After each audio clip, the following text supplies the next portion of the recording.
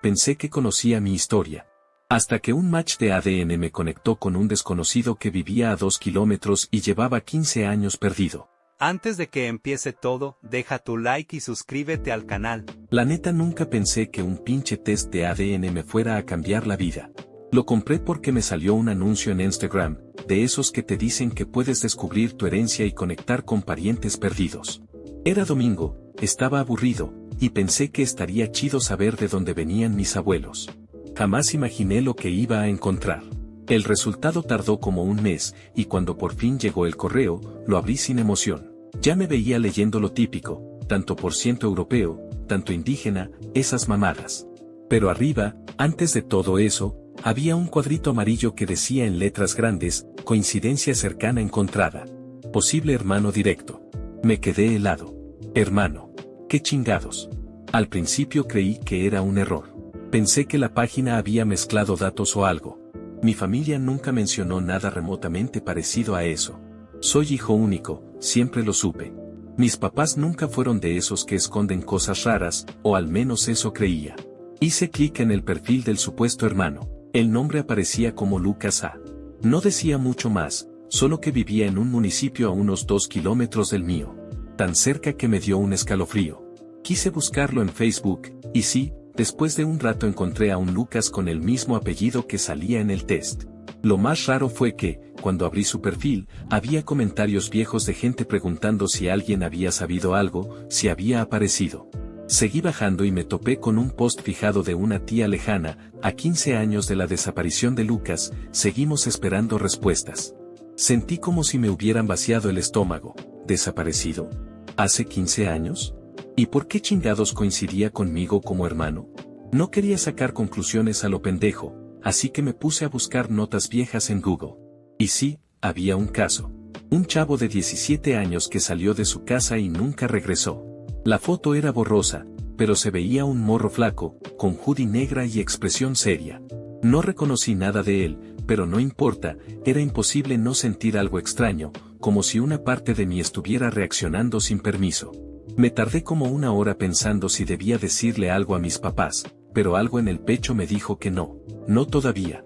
En lugar de eso, vi que en el test salía una dirección aproximada del otro usuario.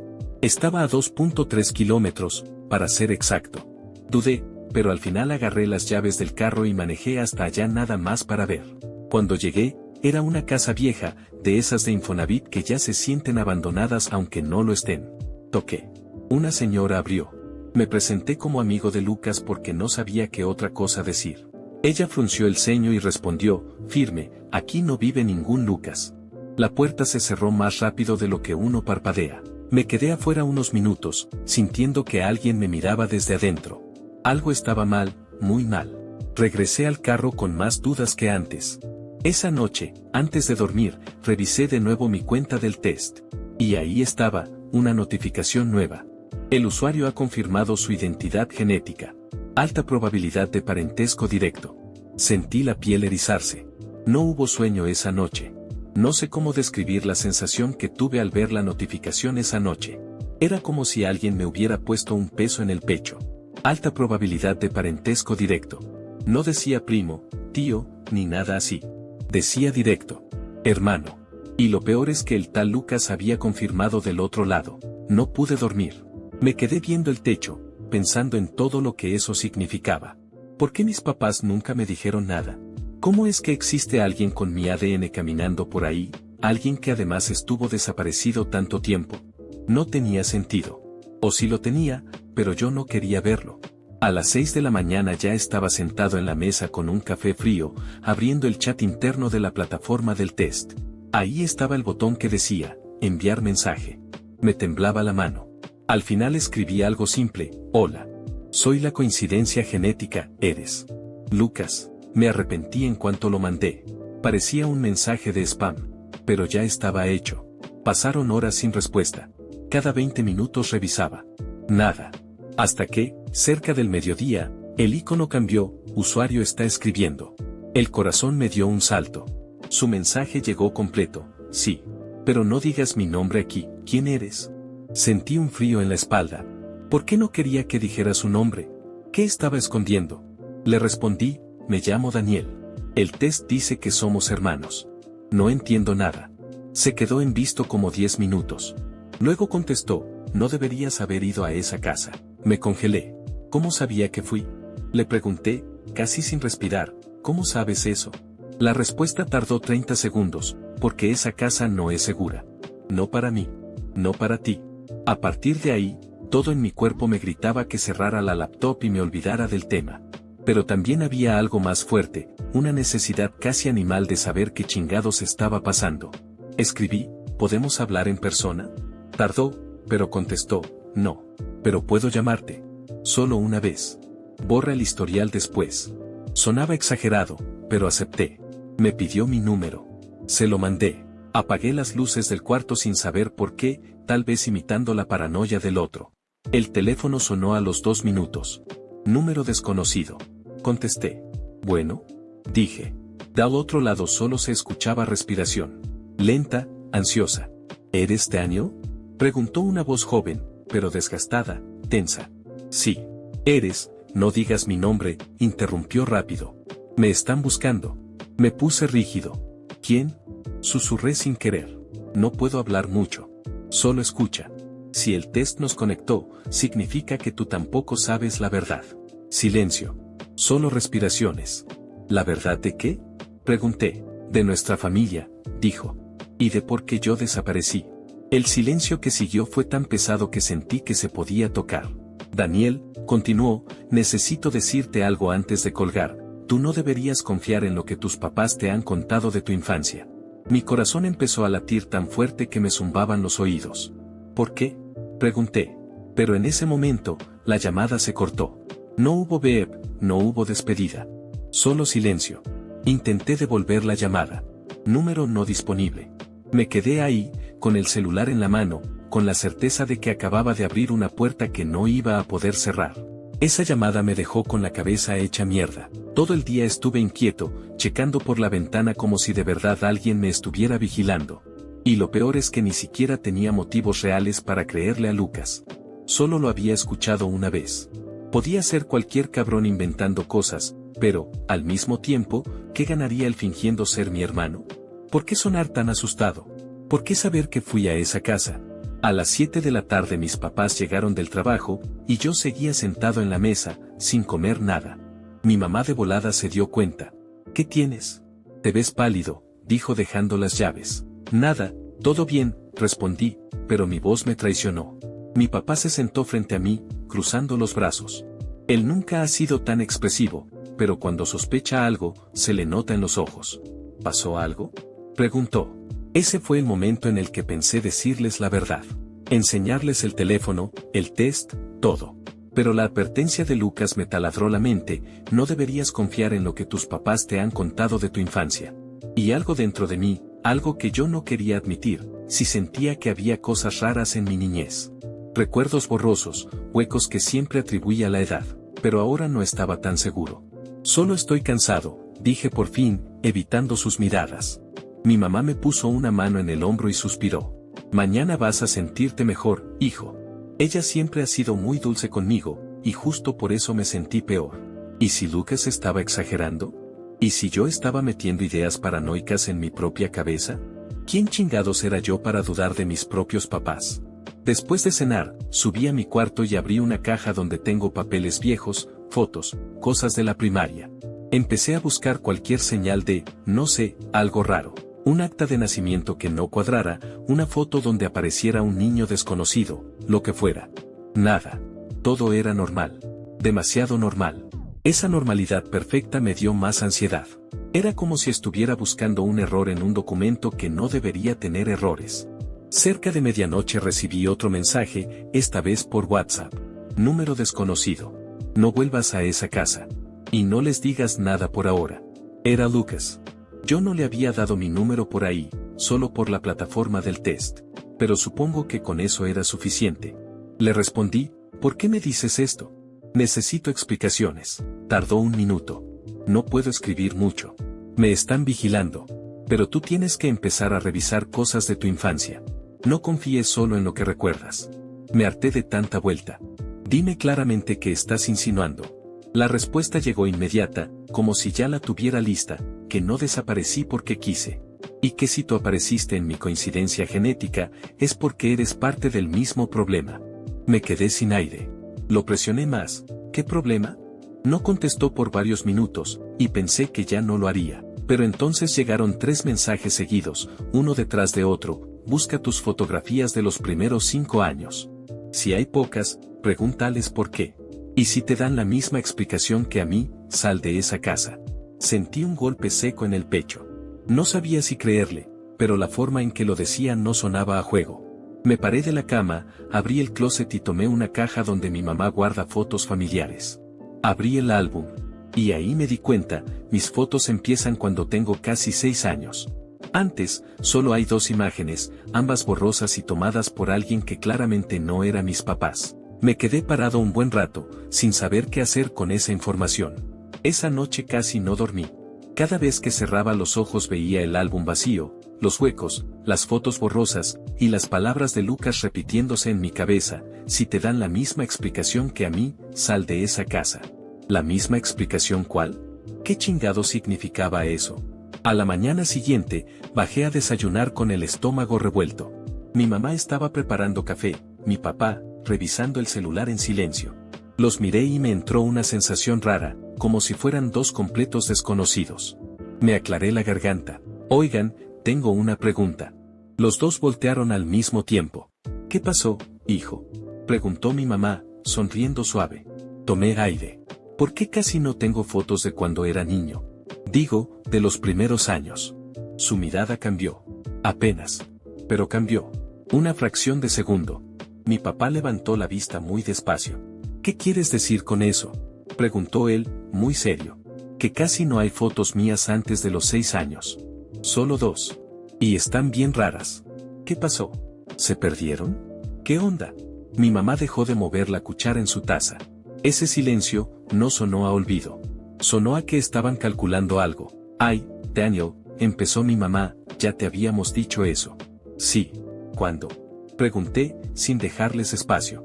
Cuando eras más chico, dijo ella. Tuvimos un problema con una caja en la mudanza. Se mojaron muchas cosas, se echaron a perder. Por eso casi no quedaron fotos tuyas de bebé. Exactamente esa explicación. Una caja. La mudanza. Las fotos dañadas. Sentí un escalofrío porque era demasiado genérico, demasiado perfecto. Era la clase de respuesta lista para salir si alguien preguntaba. ¿Y por qué las únicas 2 fotos que sí hay no parecen tomadas por ustedes? Solté. Mi papá frunció el ceño, pero su mirada no era de enojo. Era de incomodidad, como si la pregunta lo hubiera empujado contra una pared. No sé a qué te refieres, dijo él. Claro que las tomamos nosotros. No, no las tomaron ustedes, respondí, y me escuché más firme de lo que esperaba. Mi mamá no toma fotos así. Y tú nunca usaste cámaras de rollo. Mi mamá soltó un suspiro largo e hizo algo que no me esperaba, se sentó frente a mí y tomó mi mano. Hijo, ¿por qué estás preguntando esto? ¿Pasó algo? Y ahí me entró el pánico. No podía mencionar a Lucas. No todavía. Nada, mentí. Solo me dio curiosidad. Mi papá me observó un rato, demasiado tiempo. Como si intentara leerme la mente. Daniel, dijo al fin, si realmente hubiera algo raro en tu infancia, ¿no crees que ya lo sabrías? ¿No crees que nosotros te lo diríamos? No respondí, porque no estaba seguro. Mi mamá, con voz suave, agregó, tú no estuviste con nosotros los primeros años, si te acuerdas, ¿verdad? Se me apretó la garganta. ¿Cómo que no estuve con ustedes? Ella parpadeó, sorprendida. Te lo contamos cuando eras adolescente. Estabas enfermo cuando naciste. Muy enfermo. Te tuvieron que hospitalizar meses. Luego estuviste con tus abuelos un tiempo, mientras tu papá y yo trabajábamos. Por eso hay tan pocas fotos, porque casi no estabas aquí. ¿Sí lo recuerdas? No, no me acordaba. No tenía ni una imagen de eso en mi cabeza. Claro, respondí, mintiendo de nuevo. Sí, ya me acordé. Pero por dentro algo se quebró. Si mis papás me hubieran contado algo así alguna vez, yo me acordaría. Era imposible olvidar un detalle tan importante. Y sin embargo, ellos hablaban como si fuese un hecho, como si fuera algo que siempre supimos. Mientras terminábamos de desayunar, mi papá me miró una última vez. Si necesitas hablar de algo, lo que sea, nos dices, dijo. pero su tono no era de preocupación. Era de advertencia. Subí a mi cuarto sintiendo que todo en mi casa estaba acomodado, limpio, perfecto, demasiado perfecto. Como un escenario. Esa misma tarde, le mandé mensaje a Lucas, si me dieron una explicación. Necesito que me digas cuál fue la tuya. La respuesta llegó de inmediato, la misma que a ti. Me quedé mirando la pantalla, con el corazón en un puño, intentando procesarlo todo. No dormí casi nada esa noche. Entre los mensajes de Lucas, la conversación rara con mis papás y ese vacío enorme en mis recuerdos antes de los 6 años, mi cabeza estaba hecha un desmadre. Aún así, al día siguiente decidí hacer algo que llevaba horas rondándome la mente, buscar mis propios registros. No confiar en lo que me dijeron mis papás, no confiar en lo que Lucas creía, sino ver con mis propios ojos quién había sido yo antes de tener memoria. Empecé por lo más básico, revisar mis documentos. Acta de nacimiento, cartilla de vacunación, papeles de la escuela. Mi acta estaba en orden, o al menos eso pensé al principio, hasta que noté un detalle que jamás me había importado, la fecha de registro. Mi acta decía que me habían registrado 3 años después de mi fecha de nacimiento. 3 años. Pregunté a un amigo abogado y me dijo que eso no es normal, que sí pasa pero casi siempre por temas graves, abandono, custodia complicada, o cuando el niño aparece de repente bajo el cuidado de alguien sin papeles previos. Ese dato me dejó helado. Decidí escribirle a Lucas. Le mandé foto del acta. Me contestó casi al instante, el mío también está registrado años después. Sentí como si me jalara el piso. No supe si emocionarme o vomitar. Lucas me pidió algo más, si puedes, consigue tu expediente del hospital. Ellos deben tener algo. Fui directo al hospital donde se supone que estuve internado cuando era niño. Desde fuera, el edificio se veía viejo, con paredes descascaradas y un aire medio abandonado. En la recepción, pedí información sobre mi expediente. Me pidieron identificación, esperaron un rato, teclearon cosas, y luego la recepcionista torció la boca antes de darme una respuesta. Aquí dice que tu expediente está restringido. ¿Cómo que restringido? Solo lo puede solicitar un tutor o un médico autorizado. Mi estómago se apretó. Ya no era paranoia, algo estaban bloqueando. Pregunté por qué, pero la señora solo repitió lo mismo, como robot.